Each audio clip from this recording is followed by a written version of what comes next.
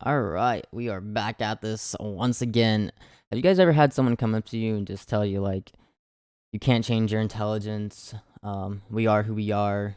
If you're smart, you are. If you're not, you're not. And they don't really go any deeper than that. So let's just talk about the assertion that intelligence is immutable, basically non-changing.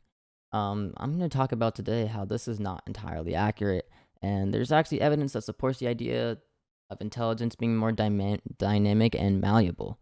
Let's just go right into it. So we have something called neuroplasticity. This refers to the brain's ability to reorganize and adapt by forming new neural connections throughout life. And research has demonstrated that experiences, learning, and environmental factors can influence the structure and function of the brain.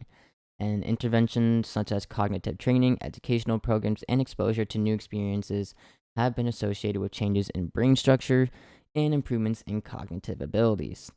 This basically suggests that the brain can adapt and enhance intelligence through various activities and interventions, just making it more dynamic and malleable. How can your intelligence be non changing and immutable if the brain has this ability to adapt and change over time? And another thing to put forward is that there's different types of intelligence. It's not all just a broad spectrum. I mean, like there is a general intelligence, but there's also other types of intelligence. And for example, we'll be going through a few. So we have creative intelligence. This involves the ability to think creatively, generate original ideas, and approach problems in innovative ways. It encompasses a willingness to take a risk and think outside conventional boundaries. And when you guys are watching this video, I want you to think about maybe if you guys have this type of intelligence, these types of intelligence I'm going to be talking about, and you should be trying to make these connections with your own life. So right here, next one we have like practical intelligence, also known as street smarts, involves the ability to apply knowledge and skills to real world situations. It includes problem solving in everyday contexts and adapting effectively to the demands of daily life. Next one is analytical intelligence, involves logical reasoning, critical thinking, and problem solving. This one's probably the one that people are most familiar with, analytical. But we also have a very important one that many people should have because it's probably the one that we use the most, but we don't know. And this is emotional intelligence. It's basically a dimension of intelligence that involves the ability to recognize, understand, manage, and use emotions effectively. Um, and it's not fixed, because emotional intelligence revolves around every single person that you have around you. And studies have shown that emotional intelligence can be developed and improved over time. It includes skills related to empathy, interpersonal relationships, and emotional self awareness. And there's no way this can be fixed at all because with emotional intelligence, like emotions change every single day, person to person, within your relationships, and even yourself. There's not a critical thinking, logical reasoning problem that would have to do with analytical intelligence. Emotional intelligence, when you come to people, when you confide in people, when they confide in you, it's very important. And a lot of people just don't know how useful this is and how much they actually use it in their own life pretty much every day. Um,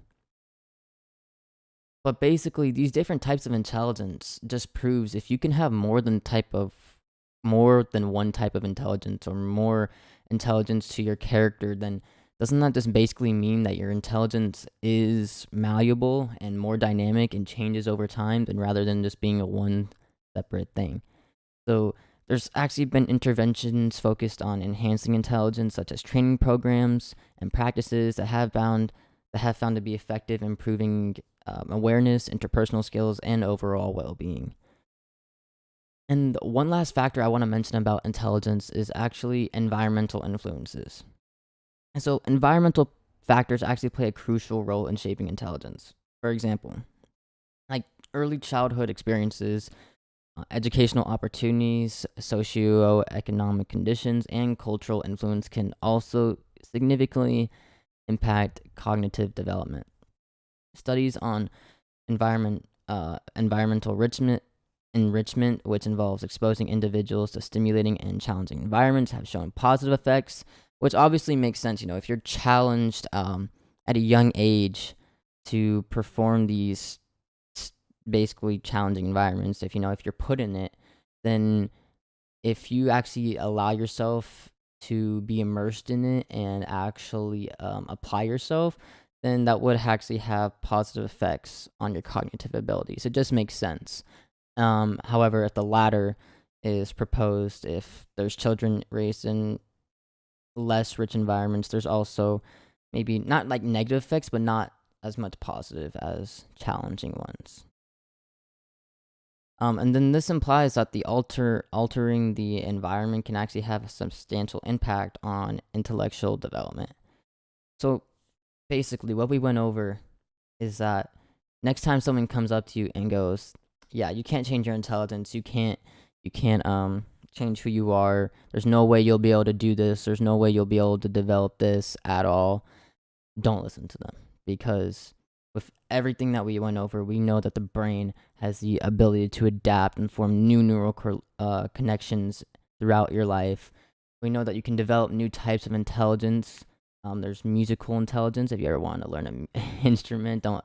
And then lastly, the environment also plays a key factor. About the people who you're around, your educational opportunities, and your conditions. They all affect it. There's no such thing as not changing your intelligence. I hope you guys learned something from this. I hope you take something away, and I hope you tell someone about this video. I'll talk to you later. Peace.